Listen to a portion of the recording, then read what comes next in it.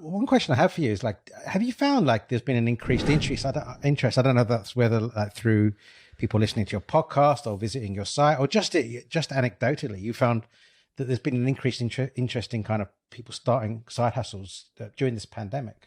Early on, there did seem to be an interest in side hustles in general. I saw surprisingly, well, maybe not surprisingly, I saw podcast listenership take a pretty noticeable dip in the early months of the pandemic, just as like the whole world stopped commuting. I was like, well, I don't have podcast listening time anymore. So that was, a little bit of a dip, which has since rebounded. But it wasn't like, the business doubled in a month or anything like that. By virtue of all this new search traffic or anything like that.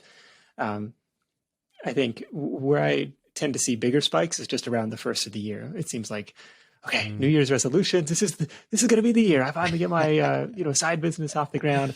That's where I tend to see bigger spikes rather than March, April, May of last year. Yeah. So all the traffic's going to you and gyms at that time of year. Yeah.